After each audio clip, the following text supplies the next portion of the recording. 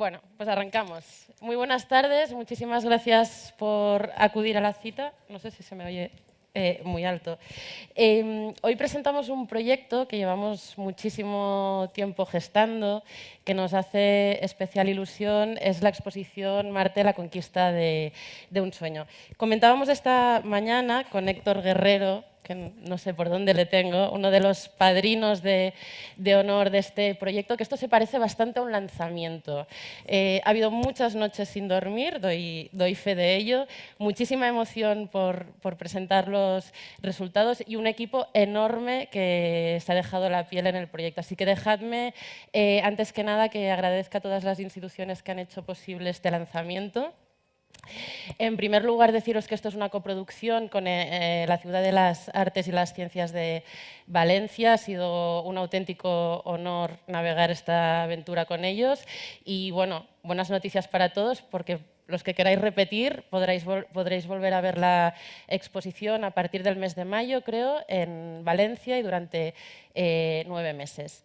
También agradecer muy especialmente la colaboración del INTA, que se embarcó enseguida en este proyecto, que nos ha prestado unas piezas espectaculares para la exposición, ahora lo podréis ver, unas maquetas, una de ellas está colgada en la entrada, así que seguramente ya la habréis visto, las otras las podréis ver en la exposición. Han prestado también un meteorito de Marte, que es algo bastante especial, y aunque es diminuto, no deja de ser una parte de Marte, con lo cual yo decía esta mañana que se me ponían los pelos de punta, y además de prestarnos estas piezas tan especiales, pues nos han brindado asesoramiento científico para que no dijéramos ninguna tontería en la exposición, que no era nada fácil, y han estado ahí apoyando desde el primer día hasta hoy mismo. Agradecer también al Museo Copernicano de Italia las joyas preciosísimas de su colección que nos han prestado para la exposición. Hay varias y podréis verlas de enseguida. Hay, por ejemplo, un libro de Copérnico de 1534, me parece. Es la primera vez que sale de Italia, con lo cual es una ocasión súper especial para verlo aquí.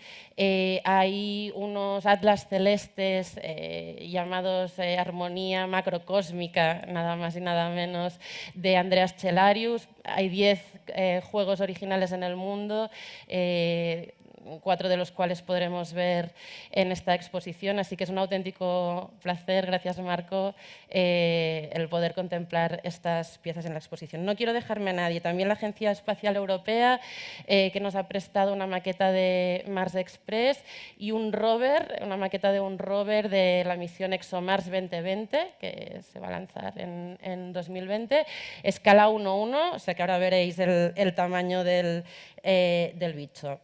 Y bueno, luego volveré más tarde a otras personas que han participado en el proyecto, pero bueno, presento ya a los compañeros de escenario. Tenemos con nosotros a Alicia Rivera, ella es periodista científica, Jorge Alcalde, periodista científico también y director de Esquire y Cuo, Jordi Costa, crítico de cine, y Víctor Parro, investigador del CAP, adscrito al INTA y al CSIC, creo, no sé si lo digo bien.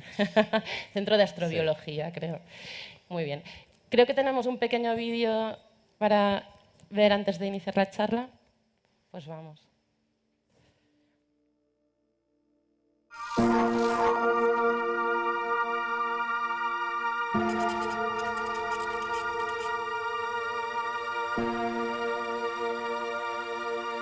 Hoy hemos llegado a Marte.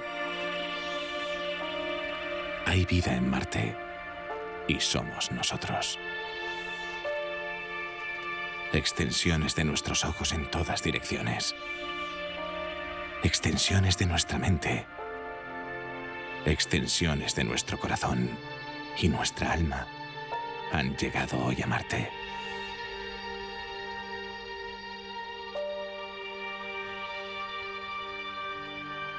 Este es el mensaje. Estamos en Marte. Nosotros somos los marcianos.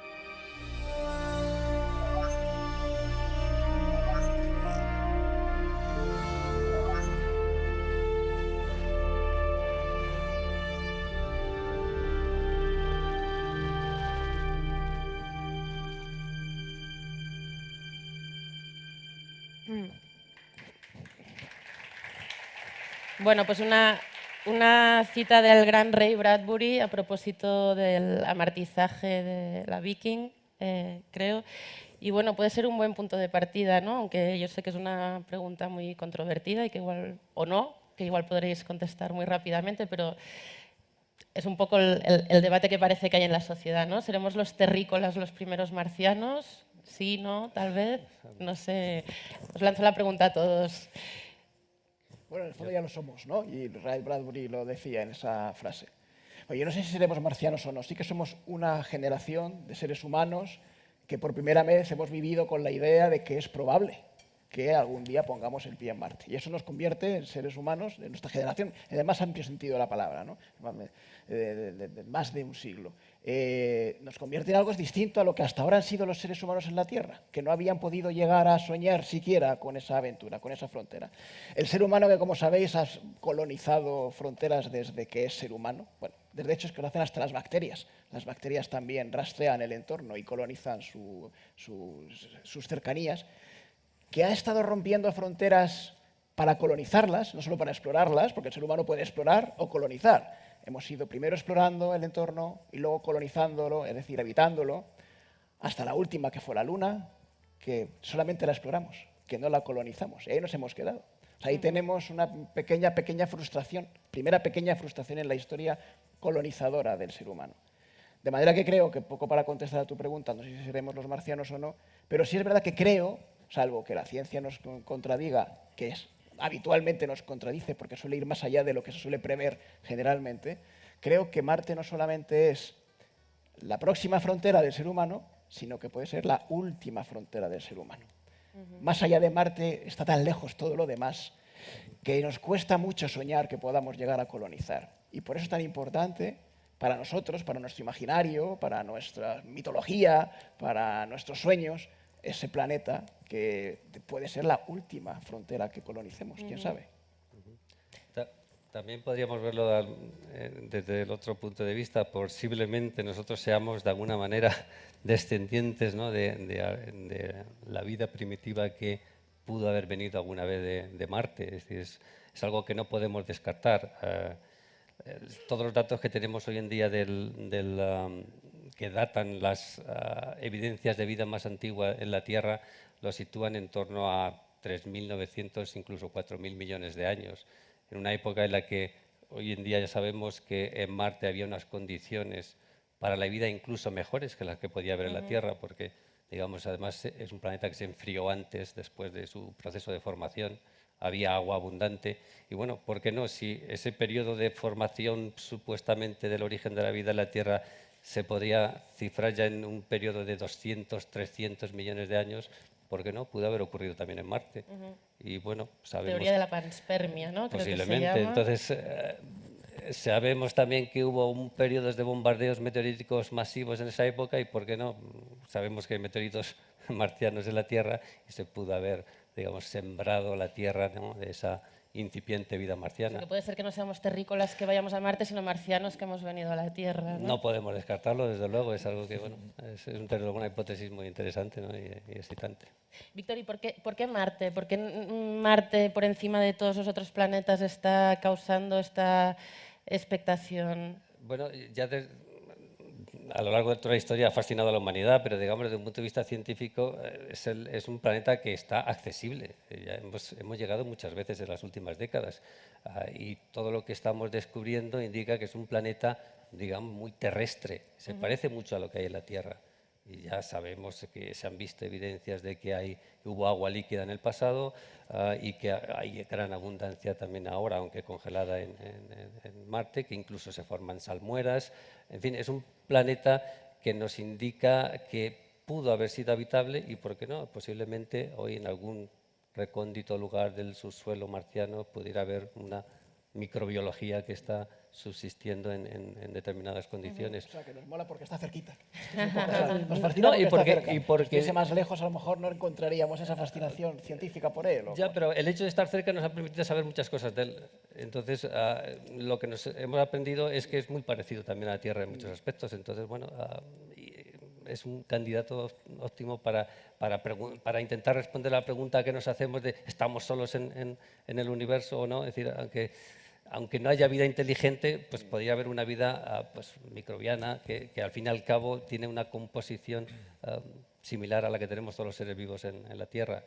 Digamos que para mí es un objetivo a estudiar muy excitante. Y sin embargo sigue siendo un sitio totalmente inhóspito, ¿no?, para el ser humano. A ver, para el ser humano, claro, es un sitio muy inhóspito, naturalmente. Es decir, las condiciones que tienes en la superficie de fuerte radiación y condiciones de temperatura muy extrema le hacen muy inhóspito. Claro, pero hay muchas formas de vida que sabemos en la Tierra que son capaces de vivir también en condiciones muy inhóspitas. Hay microorganismos que crecen a 15 grados bajo cero, que tienen un metabolismo activo. En una salmuera el agua está líquida y viven perfectamente. Los microbios no necesitan océanos enteros de agua, solo un poquito de agua en la superficie para captar el que necesitan y es suficiente. Sabemos que hay microorganismos que crecen en agua hirviendo. En fin, ¿por qué no imaginarnos, bueno, algunos ya lo sabemos, posibles hábitats en Marte donde estos microorganismos son capaces de subsistir? En la Tierra lo hacen en condiciones similares. Alicia, hablábamos un momento de si realmente es tecnológicamente viable a día de hoy ir a Marte, ¿no? Porque se especula mucho y tú nos contabas que realmente sí. Sí, dos cosas. Desde el punto, creo, yo no soy ingeniero, pero bueno, ellos me cuentan, parece ser, desde el punto de vista tecnológico, creo que es perfectamente posible, vamos a ir a Marte, enviar seres humanos a Marte. Si en los años 60, en 7 años, la NASA fue capaz de hacer el colosal programa Apolo y en 7 años tener el éxito rotundo que lograron, pues imagínense, o sea, claro que se puede hacer. Desde el punto de vista tecnológico, creo, por muchas cosas que haya que investigar, desarrollar y tal. No es, por ejemplo, como, si me preguntas, ¿se pueden hacer viajes en el tiempo por agujeros de gusano? No, si no sabemos si hay agujeros de gusano. Eso ahí la ciencia... Pero lo de ir a Marte, como desde el punto de vista de la tecnología espacial, creo, hay un buen ingeniero espacial ahí, creo que se puede hacer. Ahora bien, ya sé, me dijeron que no hablara de dinero en esta charla, pero los periodistas, si podemos aportar algo, son los datos realistas. El colosal proyecto Apolo, durante el momento álgido de mediados de los 60, llegó a contar la NASA con el 4,4% del presupuesto federal estadounidense. 4,3 el año 66, 65, 4,4 del presupuesto federal de Estados Unidos para el proyecto Apolo. Y lo lograron en 7 años. Ahora mismo la NASA tiene menos del 0,5% del presupuesto federal. Quiero decir que el problema de desarrollar estas inmensas tecnologías, que creo que no hay un impedimento científico para enviar seres humanos a Marte, en absoluto, exige mucho dinero. Y no sé si está el mundo para soltar esta cantidad de dinero. Por otro lado, sí quería decir, yo que soy un optimista, que, hombre, en Marte estamos, vamos a ver, ¿vale? Que no hay astronautas por allí tal y cual, ¿no? Pero en Marte ahora mismo hay 6 artefactos espaciales diseñados, desarrollados, construidos, enviados y operados desde la Tierra en órbita de Marte y 2 en el suelo. Uno de ellos, el Curiosity, además lleva una estupenda estación meteorológica Made in Spain, de nuestro colega, la foto del ingeniero jefe la tienen por ahí. El Curiosity está escalando la ladera de una montaña en Marte, ha recorrido más de 16 kilómetros. Hay 2 funcionando en el suelo, 6 en órbita. Se han enviado cerca de 40 misiones a Marte, la mitad con éxito o éxito más o menos, ¿no? Están previstas otras 6, 2 para el año que viene y 4 para 2020, y hay 17 misiones en estudio o en propuesta. Quiero decir que la presencia de nuestra inteligencia, de la inteligencia humana, que es capaz de crear estos maravillosos artefactos que están allí, que nos informan, que hacen fotos, que toman datos, que nos permiten verlo casi como si estuviéramos... Bueno, digamos que estamos en Marte virtualmente, y además la NASA acaba de abrir, digo para más realismo, el sistema de realidad virtual que utiliza para Curiosity los científicos para saber cómo manejarse por allí, por el suelo, y decirle al aparatejo, vete para allá, para tal y cual. Bueno, el aparatejo es un chisme como así de grande, han hecho una adaptación del sistema real y virtual y está a disposición de todo el mundo vía internet para que se lo bajen a sus ordenadores y se hagan deliciosos paseos espaciales por Marte. Así que, vale, hombre, un astronauta así vestido de bonito, pues no, pero yo quiero pensar que de alguna manera estamos en Marte, ¿no? Sí, pero ¿creéis que con eso es suficiente? O sea, ¿creéis que realmente el ser humano no necesita poner el pie allá donde conoce, poner la bandera y a ver qué bandera se pondría allí? Claro, la bandera física, ¿no? Como la bandera del ser humano, el pie, la huella, colonizar, establecerse. Claro, ese es el sueño que tiene el ser humano detrás de todo esto. Y es un sueño que está muy lejos, evidentemente. Aunque no tan lejos, a lo mejor, económicamente, aunque no nos dejan hablar de economía, pero hablamos de economía. Aunque no tan lejos si tenemos en cuenta que no se puede hacer una transposición directa del presupuesto del Apolo a lo que ahora costaría ir a Marte. Hay mucha tecnología que ha mejorado, muchas eficiencias que han mejorado y, por lo tanto, ese porcentaje no sería ni mucho menos similar. Y no tan lejos si pensamos que no tiene por qué ser la NASA la que nos mande a Marte, a la que mande al ser humano a Marte, o la ESA, o las agencias espaciales, que puede ser, ¿por qué no?, el común de los ciudadanos a través de iniciativa privada. O sea, si las 4 compañías que más cotizan en bolsa en Estados Unidos tienen entre las 4 presupuesto para ir a Marte y volver 18 veces, si quisiéramos. Quizá eso abre al abanico de la posibilidad de que ese sueño, que yo creo que es incompleto y que posiblemente lo será durante muchísimo tiempo, no solamente de estar virtualmente, que no está mal, no solamente de hacer ciencia a distancia, que no está mal, sino de poner nuestro pie allí y quién sabe si algún día, aunque yo me temo que después del fracaso de colonizar la Luna también va a suceder con Marte, colonizarlo como las pelis, ¿no? Eso es lo que nos falta. Volvemos un poco más tarde al tema de la colonización, si os parece bien, porque además es el final de la exposición. Tú hablabas de sueño, ¿no? Sí. Y me gustaría hablar también un poco, se dice que, creo que es una cita de Carl Sagan, que dice que Marte es una especie de espacio mítico en el que proyectamos todas las esperanzas y los temores del ser humano, ¿no? Y la exposición no es una exposición solo científica, hay una parte evidentemente de historia de la observación de Marte, de carrera espacial a Marte, pero también hemos querido reflejar toda una parte mucho más relacionada con la cultura, con el impacto que tiene Marte en el imaginario colectivo. Vemos también cómo en la mitología hay una pieza que habla de cómo en distintos momentos, en distintas culturas, Marte ejerce una fascinación. Sí, Marte de repente, bueno, o sea, diferentes civilizaciones y diferentes culturas proyectan en esa especie de pantalla en la que se puede de alguna manera conquistar todo desafío de la imaginación, proyectan la idea del dios de la guerra, ¿no? O sea, lo que evoca el planeta es esta especie de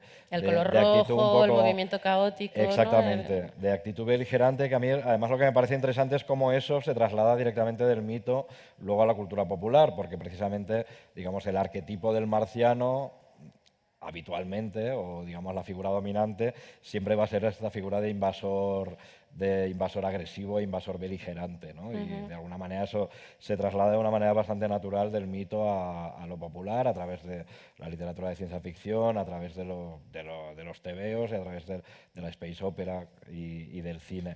A mí eso me parece absolutamente fascinante, pero también retomando lo que decían aquí mis compañeros ahora, yo creo que el planeta también ya ha sido colonizado, y en ese sentido podríamos decir que colonizado por la imaginación, ¿no? A mí la cita de Bradbury me parece muy interesante porque precisamente es lo que él hizo a través de Crónicas Marcianas, que es directamente proyectar, o sea, ese sentido de la ciencia ficción humanista que tenía Bradbury, proyectarlo a ese paisaje, que directamente es un paisaje, pues eso, ignoto y hostil, ¿no? Pero que de repente la imaginación de Bradbury tenía esa capacidad de moldearlo.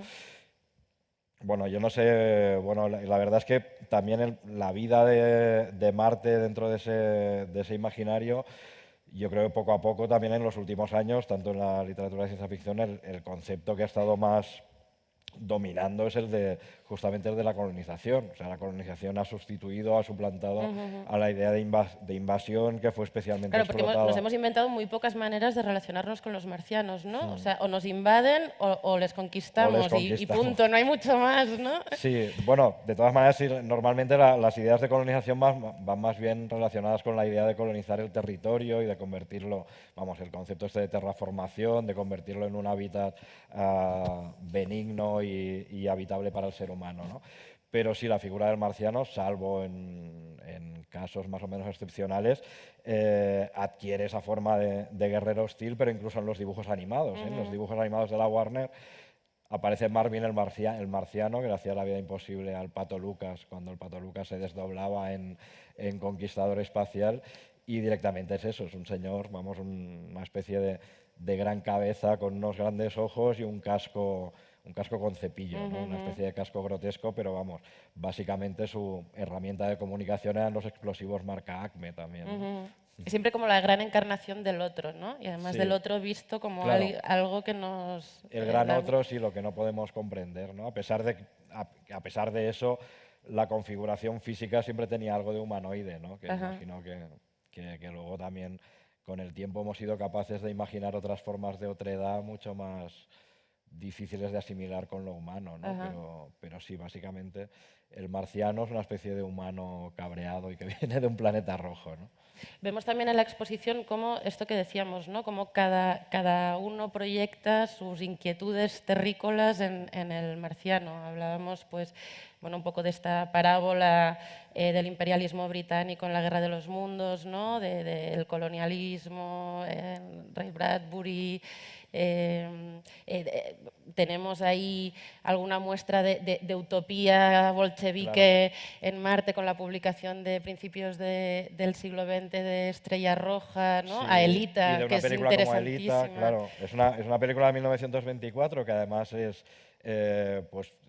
3 años antes de que Fritz Lang haga Metrópolis. Es una película además que es una preciosidad de diseños constructivistas en vestuario y en decorados. Y bueno, en realidad también es una película que no, como película propagandística también tiene sus claroscuros, porque no es, habla también de la posibilidad de que una revolución utópica salga mal, ¿no? De repente, bueno, Aelita no es una película propagandística lineal, sino que habla un poco también de los claroscuros de la revolución. Y es interesante cómo esa idea del planeta rojo como espacio para una utopía socialista, luego con el pasar de las décadas, en los 50 se convierte, pues eso, en los 50 es el momento en el que el cine de ciencia ficción se convierte en un género realmente específico y lo hace bajo el clima de Guerra Fría, y ahí directamente el planeta rojo es la metáfora del invasor soviético, ¿no? Del potencial invasor soviético. Algunas películas lo harán con mayor sutileza que otras, pero eso es, claro. Y bueno, ahí en la exposición, bueno, veréis un cartel de como es el Angry Red Planet, o sea, Interesantísimo. Sí, que es directamente, pues eso, una película con un imaginario también muy onírico, porque a veces también la serie B de bajo presupuesto conseguía efectos bastante surreales, pero es la idea esta de Marte como el paroxismo de la pesadilla roja que se infiltraba en muchos géneros, pero que sobre todo en la ciencia ficción tuvo ese elemento fundamental, ¿no? Sí, hablábamos también de un terror más psicológico, ¿no? Invasores de Marte, por ejemplo, ese Claro. niño... Invasores de Marte es una película de Cameron Menzies, que es el director artístico de Lo que el viento se llevó, y es una de las películas que hizo como director, y es muy interesante porque adopta la forma de una pesadilla infantil. O sea, es una película de colores muy vivos, de diseños que parecen un poco ingenuos. Luego, años más tarde, hace una nueva versión Top Hooper, el director de La Matanza de Texas, que también le da, pero de otra manera, ese tono ingenuo. Pero directamente esa película cuenta cómo un niño se podía imaginar una invasión espacial, que realmente, bueno, yo no soy un niño de los 50, soy un niño de los 60, pero digamos, la pesadilla de la invasión espacial, quizá por el número de películas de ciencia ficción o el número de TVOs que he leído, en mi infancia la tuve, ¿no? O sea, esto ¿Qué papel juega tanto para el bando más de la cultura como para el científico esta danza, ¿no? entre la ciencia y la ciencia ficción? ¿Cómo pensáis que se retroalimentan? ¿Tiene algún impacto en la ciencia? En la cultura seguro, claro, y yo creo que en la ciencia también, ¿no? Sí, yo creo que también, digamos, de alguna manera también los científicos a veces le ponemos un poquito de ficción también a lo que hacemos, ¿no? Y entonces queremos dibujar el escenario, ¿no?, de lo que nos gustaría de alguna manera, ¿no?, Sí. encontrar, porque tú pones una hipótesis, todas nuestras hipótesis de alguna manera tienen un poquito de esa ficción, tienes que, basándote en todos tus conocimientos y todo lo que tienes detrás de la tecnología bueno, dices, bueno, voy a demostrar que esto es posible. Entonces, un poquito sí tiene, ¿no? Y obviamente, pues, la ciencia ficción se alimenta también de todo lo que se va descubriendo, ¿no? La ciencia, estoy convencido, sí, claro. Hablamos de la exposición de un... Perdona. Bueno, tú eres el experto, pero yo creo que en ciencia ficción hay una parte es utilizar Marte, las máquinas y tal, para hacer una literatura de cualquier... No tiene nada que ver, no, digamos, no pretende tener ninguna relación ni con la ciencia ni la investigación, y otra que sí, o sea, el paradigma de la ciencia... Bueno, paradigma digo yo, Arthur Clarke, por ejemplo, ¿no? Es un científico que intenta hacer ficción sobre una base científica, y hay otro tipo de ciencia ficción que pasa mucho, ¿no? De todas formas, también es verdad que la ciencia, y veces, la ciencia, es que es tremendamente, vamos a ver, imaginativa, es un estímulo para la imaginación tremenda. O sea, la ciencia, cumpliendo con rigor lo que tiene que hacerlo, en las comprobaciones y tal, no lo sé, pero hay veces que llega tan lejos o más como alimento de saciar la curiosidad humana, que la imaginación sola, gustándome las dos. Pero la ciencia del siglo XX, bueno, siglo XX sobre todo por la velocidad que ha llevado, realmente es que como abrir la mente humana, la imaginación, no puede ser la sorpresa, tiene a veces poco que envidiar a la ciencia ficción, creo, a mí, Sí. por lo menos mi experiencia personal, ¿no? Tiene a veces... Sí, bueno, tienes luego el problema que tienes que demostrarlo, Claro, ¿no? Entonces, yo de ahí digo luego que- ya está, ese salto ya es... que parece que la ciencia es el rigor inevitable, aburrido, sí, no sé qué y claro. tal y cual, la piedra, el análisis y la imaginación. No, es que la Pero ciencia, guau. Esa relación está en los mismos Claro. orígenes del género, porque de hecho, bueno, o sea, Claro. es el caso de Julio Verne, ¿no? Que no es un señor que fuera un visionario que imaginara eso en su casa, sino que es un hombre de su tiempo, sobreexcitado por la revolución científica y tecnológica que Claro. estaba a su alrededor, ¿no? Y, O Arthur Clarke, es un caso... o Arthur Clarke. Y ahora mismo también, bueno, la verdad es que eso, o sea, la ciencia ficción hard, o sea, la ciencia ficción de base científica,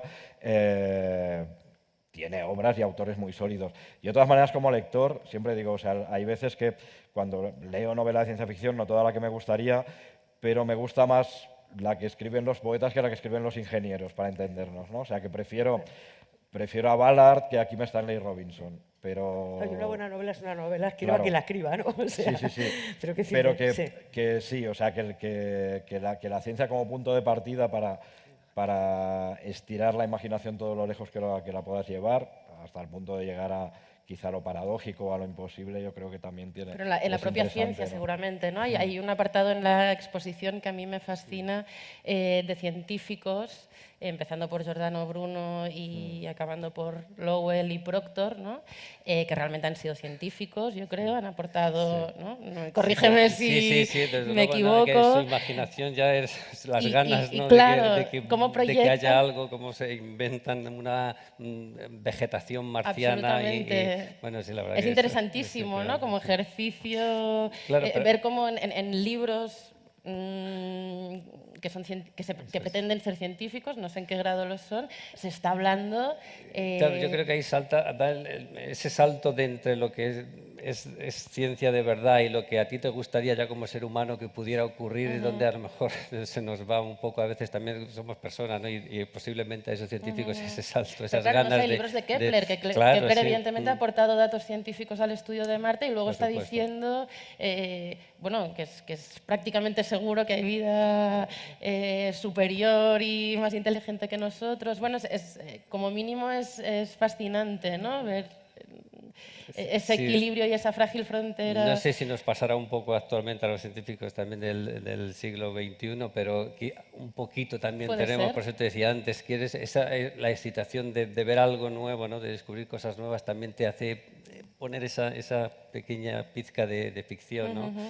Bueno, intentamos siempre tener los pies en la tierra, aunque estemos en Marte con robots, ¿no? Pero, sois bueno, humanos, somos humanos y a Es un veces poco, también se te ¿sabes? escapa esa Es mítico y parte. es un poco antiguo aquello de pensar que los científicos no tienen imaginación, ¿no? Lo que decían los poetas románticos de los científicos cortan las alas a las mariposas. Bueno, pues no es verdad. Y hay ese bonito cuadro de romanticismo inglés de Newton ensimismado en sus cálculos, mientras alrededor tiene un mundo maravilloso de color y flores y hadas y no lo está observando porque esa era la visión antigua del científico, el que cortaba las alas a las mariposas. Bueno, tenéis la obligación de ser rigurosos, tenéis la obligación de confirmar todo lo que especuláis, tenéis la obligación de tener los pies en el suelo o en Marte, pero evidentemente, yo creo que Alicia lo ha comentado y tiene toda la razón del mundo, la cantidad de imaginación que se puede desprender muchas veces de un trabajo aparentemente frío de laboratorio es brutal, y en el siglo XXI más todavía. Y además nos enfrentáis a la resolución de muchos miedos, a la puesta en la mesa de otros nuevos y a la resolución de algunos sueños que hace siglos eran imposibles de resolver y que hoy gracias a la ciencia se pueden resolver. Así que bueno, yo no os veo como el Newton del cuadro ese. Decías del soso del científico, lo resumía muy bien el grandísimo Richard Feynman, que siempre en media frase decía: el comprender cómo funciona una flor no le quita un ápice al disfrute de su belleza. Claro. Es que los científicos no son una panda de aburridos para nada, ¿no? Y además que muchas veces, más en el tema de Marte, lo hemos estado viendo en la exposición antes y tal, no sé, basta meterse un poquito, hay una enorme fascinación casi de...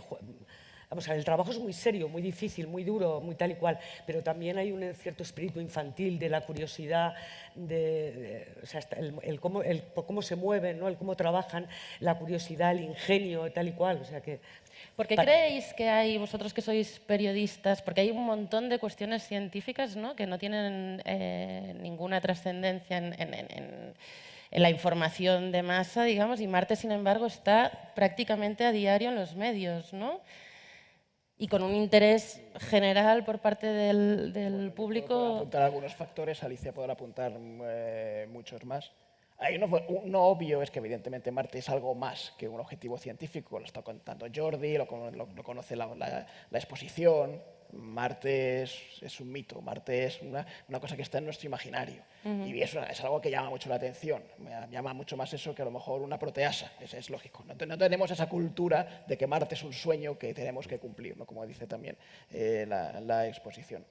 Luego también, Alicia, me imagino que también tendrás mucho que decir de esto porque lo has conocido muy de cerca, existe cierta presión por algunas instituciones para hablar de determinados temas científicos y algunos medios de comunicación se dejan llevar por esa presión. Bueno, lo hablarán mejor o peor. Hay mucho dinero puesto encima de la mesa de ciertas investigaciones y ese dinero tiene que retornar de alguna manera con opinión pública y con exposición en los medios. Y hay una cosa muy cortita, decía, eso me lo dijo un colega en Washington, un colega estadounidense, decía: tenemos serias dudas sobre si la NASA es una agencia espacial con un gabinete de prensa o un gabinete de prensa con una agencia espacial.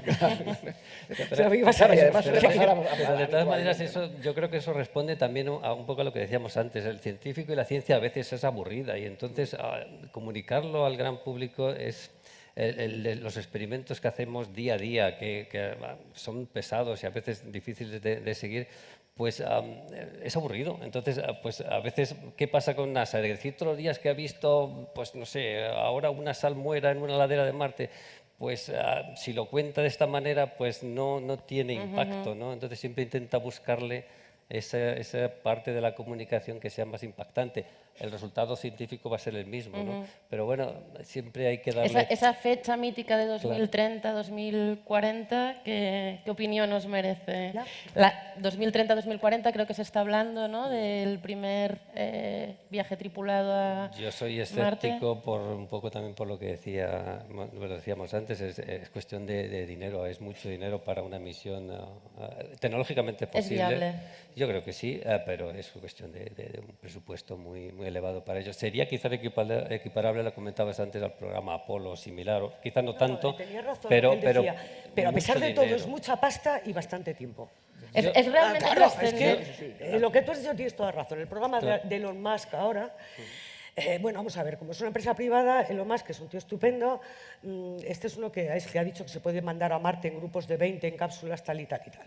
Se basa en un cohete reutilizable, en el próximo, el que no ha probado todavía. Él, como la ingeniería que hace SpaceX es maravillosa, pero tampoco ha dado muchas explicaciones de cómo y de cuánto tampoco.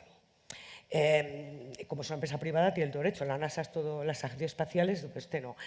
De cualquier manera, él dice que puede reducir al 10% de algunos cálculos, pero también los cálculos están... Es decir, yo creo que es posible, pero que no nos hagamos ilusiones que no va a ser en 2025. Y que además hay mucho trabajo que hacer, que es factible, pero muchísimo, muchísimo. Las empresas privadas también luego, por ejemplo, un detalle curioso, el tema de la NASA, llevan 15 años mareando la perdiz, la NASA, la ESA, sobre todo la NASA, que es la que los demás.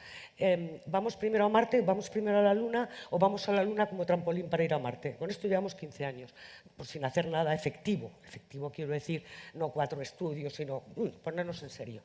Bueno, pues la última... Aparentemente, el nuevo director designado por Trump, que todavía no le han confirmado, el Jim Bridenstine, parece que se está inclinando por el programa este nuevo, el Deep Space Gateway, parece que se inclina por lo de la Luna como plataforma para ir a Marte. No tiene fecha para la plataforma, no te quiero contar para lo de Marte. Claro. Y es verdad que habrá empresas privadas. A mí me cuesta pensar que al margen completamente de la NASA no, entre otras cosas porque estas fantásticas empresas privadas y algunas maravillosas son muy privadas, pero tienen el cliente fijo, cerrado y asegurado, que es la NASA, que les paga el desarrollo y le compra los cohetes. Quiero decirte que va a tener que ver las grandes agencias, sobre todo la NASA. Bueno, pues ahora la NASA, lamento decirles, vamos, anímense con los robots, que es que son muy divertidos y de verdad, y la ciencia es fantástica, porque es que esto de ir a Marte, últimamente, Bridenstine ha dicho, vamos a hacer una cosa circunlunar, que todavía no, para luego ir a Marte. Si no hemos dicho cuándo lo de la Luna, lo del... Claro, para poner esa fecha, o sea, que es especulación, pura y dura, yo creo que todavía solamente es especulación, y sabemos más o menos el cómo, sí, se puede saber, podemos saber el dónde se puede incluso aterrizar, se puede saber el cuánto va a costar, el cuándo se puede especular, pero falta la gran pregunta, que es ¿por qué? O sea, ¿por qué tenemos que ir a Marte? Y el por qué tuvimos que ir a la Luna es evidente. Hubo unas circunstancias muy claras políticas que nos mandaron a la Luna, puramente. ¿Por qué el ser humano coloniza territorios? Por sobrevivir. De manera que yo me imagino que o existe una crisis humana global que nos obliga a sobrevivir buscando otra frontera, que también es especular mucho, o existe otra crisis política que hace que uno de los nuevos bandos quiera ir antes que el otro a Marte, que también es complicado, o se gana mucho dinero en Marte. No se me ocurre otra manera para ir a Marte. Y algún empresario privado... La curiosidad la descartamos totalmente. Yo no descarto la curiosidad, es decir, la necesidad de exploración, eso no lo vas a quitar en el ser humano. Tarde o temprano se va... La curiosidad no nos lleva a la Luna. Ya, bueno, pero... Vale, necesitas un... Bueno, desde un punto de vista científico, digamos, que duda cabe que si una misión humana a Marte nos resolvería muchas preguntas y tendríamos muchas respuestas a las inquietudes que tenemos, pero digamos, estoy un poco contigo en el que hay todavía espacio para la exploración robótica, sabemos cómo ir, se puede ir y hay tecnología nueva que nos permite averiguar muchas cosas sobre el planeta, buscar restos de vida, podemos conocer mucho mejor qué pasó en el Marte primitivo, qué es lo que hizo que cambiara el clima del planeta. Se puede hacer con robots, se puede hacer con orbitadores, no se necesita la exploración humana, pero bueno, es algo Nos que... quedan 10 minutillos, yo no sé si podemos abrir... Una cosita, lo que has dicho tú, el segundo Si alguien va argumento, teniendo una pregunta, que levante la mano. mucho, que es el de destrozamos la Tierra y nos tenemos que ir a Marte, que es una de las posibilidades. Dado que estamos en la semana, que además que ha empezado la cumbre del clima, por favor, no vamos a destrozarla. O sea, si acaso vamos a Marte de turismo, pero vamos a intentar cuidar esto. Digo, como idea, es poco espacial, pero... Contábamos que en la exposición, porque esta mañana nos decían lo mismo, acabamos justamente con esta reflexión, ¿no? No motivo para romperla. Y nos contaba, bueno, la gente de varias agencias espaciales que decían, bueno, es que al final lo que más investigamos es la Tierra, ¿no? Más que otros planetas. O sea, que esa preocupación está y está que nadie piense que estamos desechando la Tierra para ir a Marte, ¿no? No sé si alguien quiere hacer alguna pregunta. Tenemos 10 minutillos. Sí, vamos a ver. Soy Héctor Guerrero del INTA.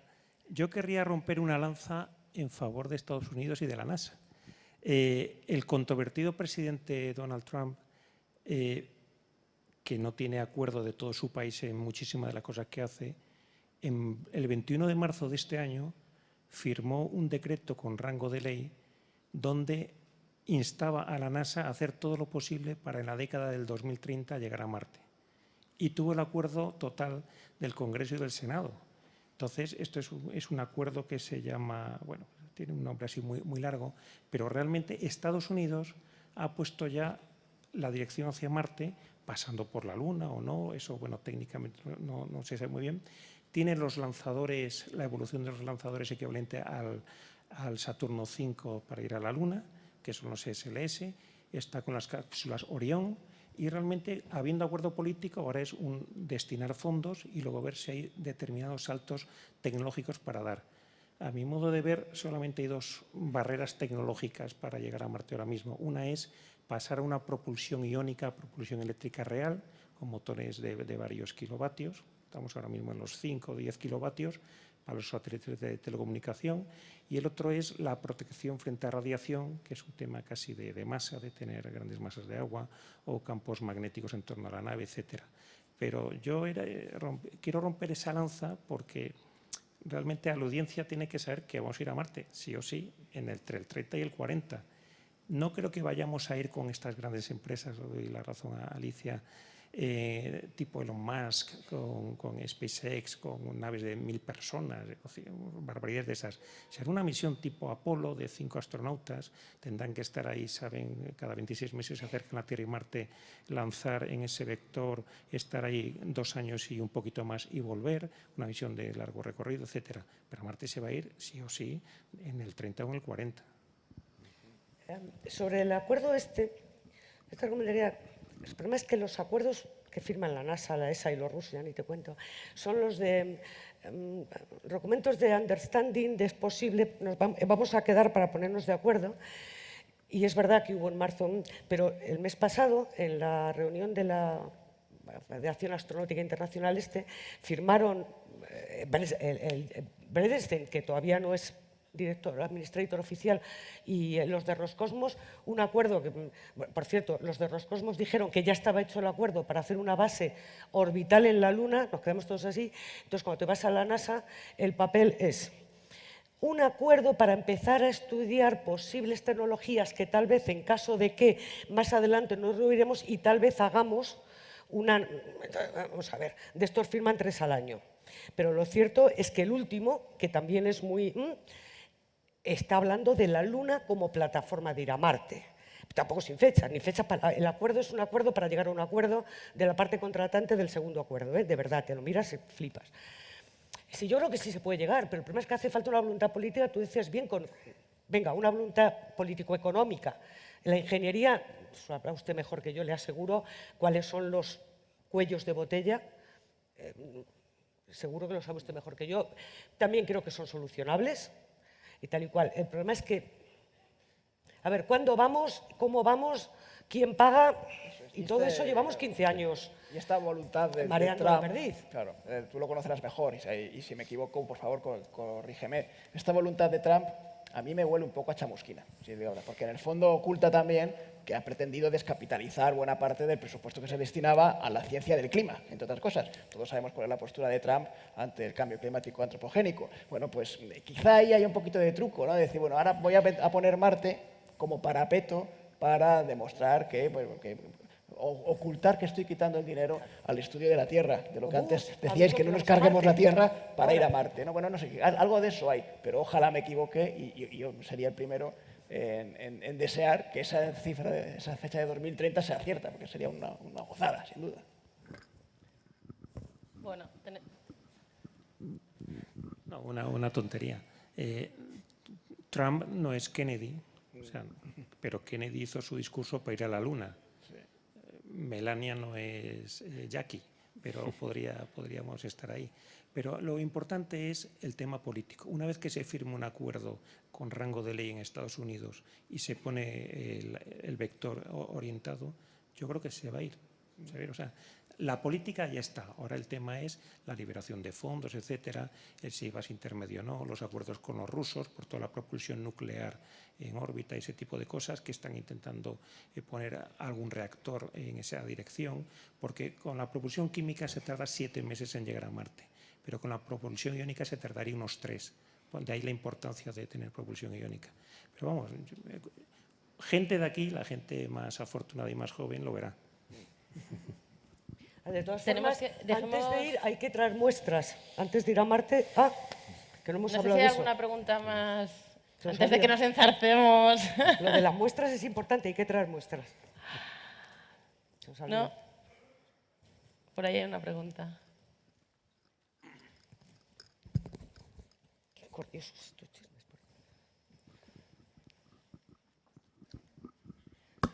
Bueno, a mí me gustaría que nos dijerais un poquito cómo es Marte. Como yo oí cosas muy bonitas en la preparación de esta exposición. Entonces, por ejemplo, el atardecer. ¿Cómo es el atardecer de Marte? Pues por los datos que tenemos y las fotografías que envían los rovers que hay en la superficie, el atardecer es más bien pues, gris tirando a anaranjado. Y, digamos, no es tan bonito como el de la Tierra, desde luego. Pero vamos, y lo que es el planeta en sí, pues es como un gran desierto, helado. Polvo, mucho polvo. Hay tormentas de polvo a escala planetaria que cada cierto tiempo y la verdad que ocultan todo el planeta, pero bueno, luego también desaparecen. Se han descrito grandes zonas de hielo bajo el suelo, es decir, que hay lo que se llama el permafrost marciano y hay grandes extensiones de lo que fue el antiguo mar marciano.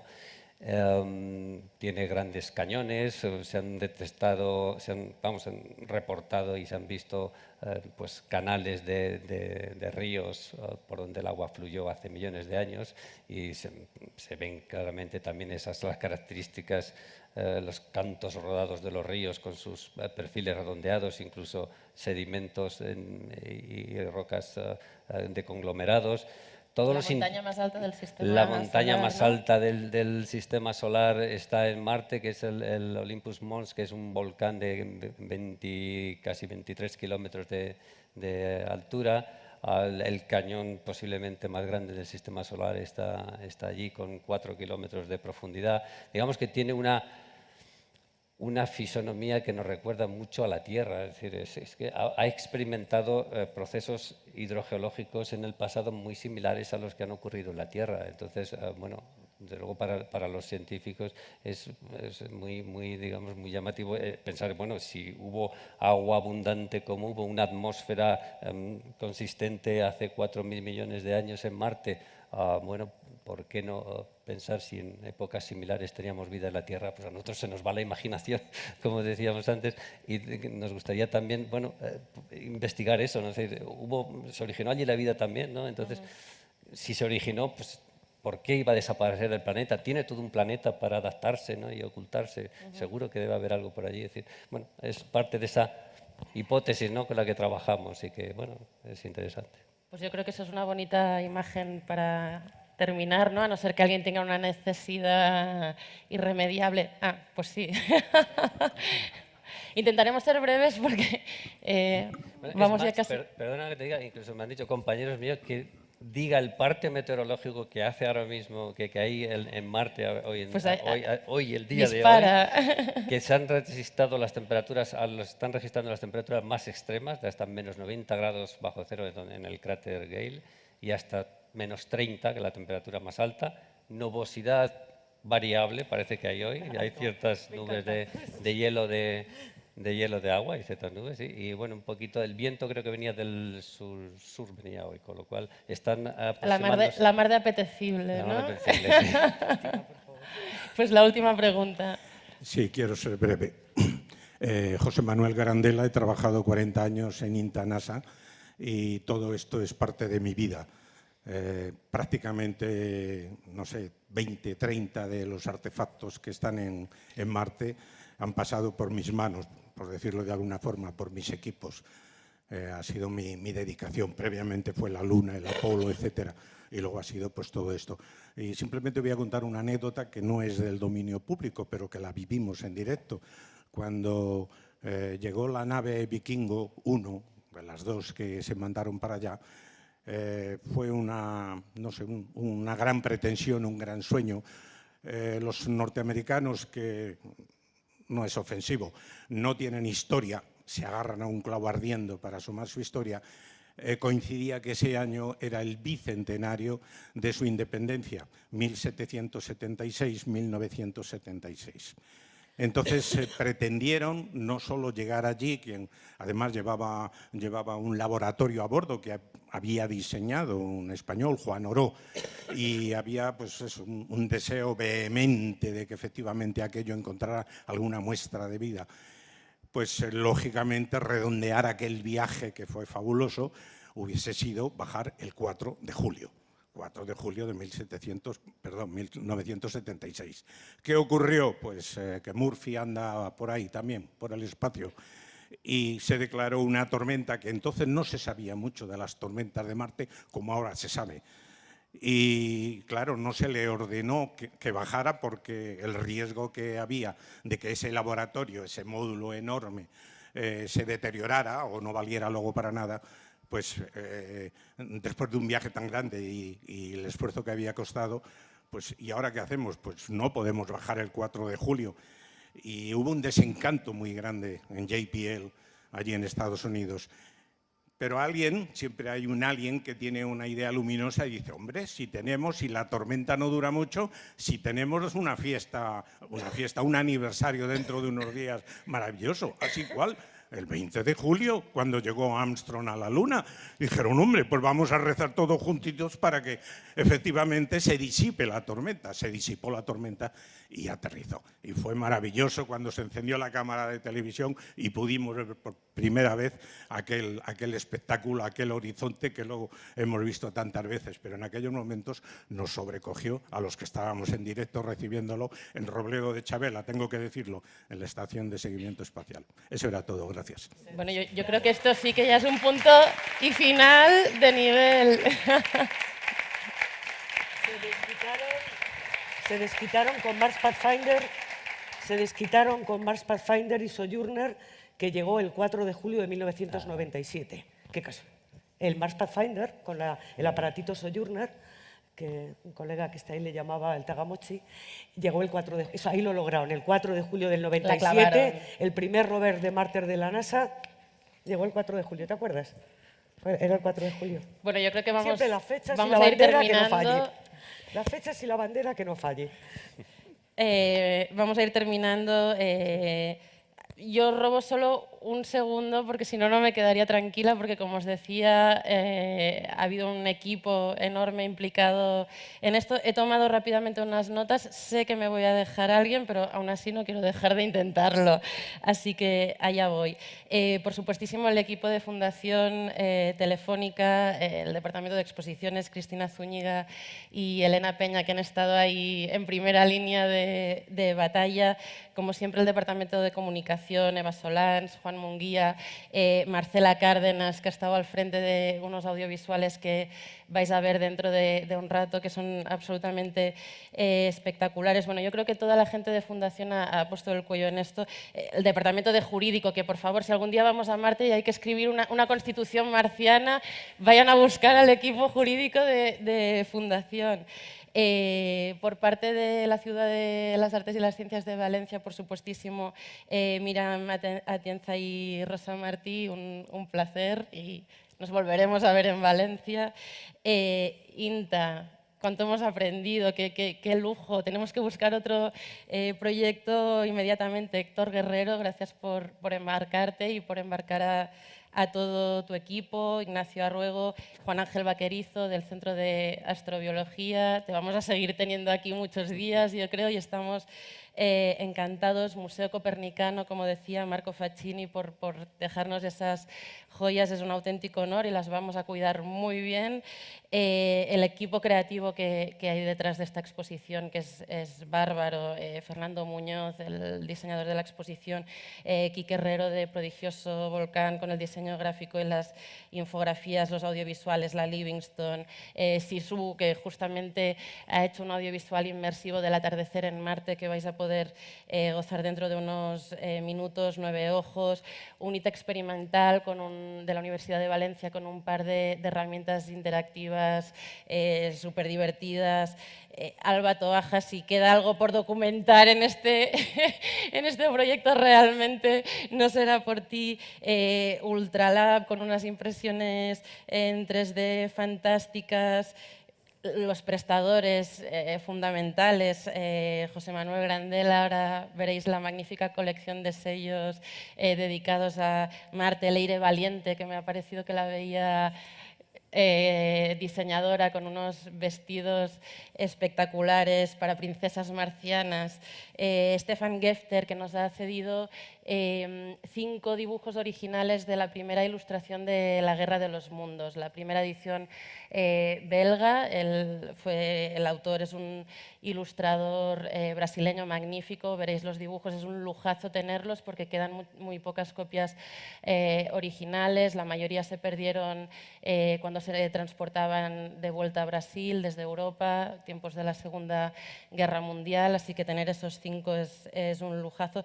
El equipo de montaje que estos días ha estado dejando la piel y un largo etcétera. Perdonadme si me dejo a alguien y prometo enmendar el error en la medida que pueda. Por favor, hacedmelo saber. Y bueno, sin más, yo creo que vamos a ver la exposición, ¿no? Muchísimas gracias.